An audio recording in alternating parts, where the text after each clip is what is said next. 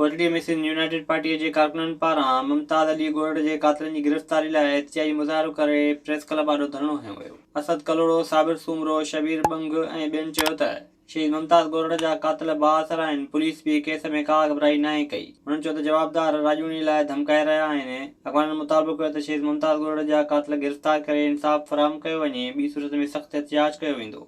नवाब शाह में आरो प्लांट जे मुलाज़िमनि पारां पघारूं न मिलण ख़िलाफ़ एहतिजाज कयो वियो।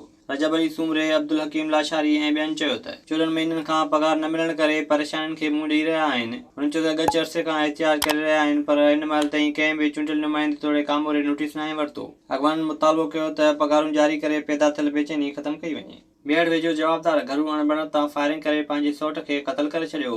ॻोठ अलाहबग झतियाल में जवाबदार इलियास फायरिंग करे पंहिंजे सौट नदीम खे क़तल कयो। वाक़े बाद जवाबदार फरार थी वियो, जॾहिं त इतला ते पुलिस पहुची मर्द ज़रूरी कार्रवाई लाइ इस्पताल मुंतक़िल कयो। पुलिस जो चवणु आहे त जवाबदार पारां घरू अणबण तां फायरिंग करे नौजवान खे क़तल कयो वियो आहे। डिगड़ी वासी ॻोठाणनि पारां 10 ॾींहंनि खां गुम नौजवान जी ॻोल्हा में मदद जी अपील कई वई आहे। ठाकू कोहली, गंगा ऐं ॿियनि प्रेस क्लब पहुची नौजवान भोमू कोहलीअ जी ॻोल्हा में मदद जी अपील कई। उन मौक़े ते संदनि चवणु त नौजवान जो 10 ॾींहं गुज़रण बावजूद बि को पतो नाहे पियो। हुन इल्ज़ाम लॻाईंदे चयो त खेनि शक आहे त नौजवान खे साहुरे थानू क़तल कराए छॾियो आहे। ॻोठाणनि अपील कई त नौजवान जी ॻोल्हा करे संदनि मदद कई वञे।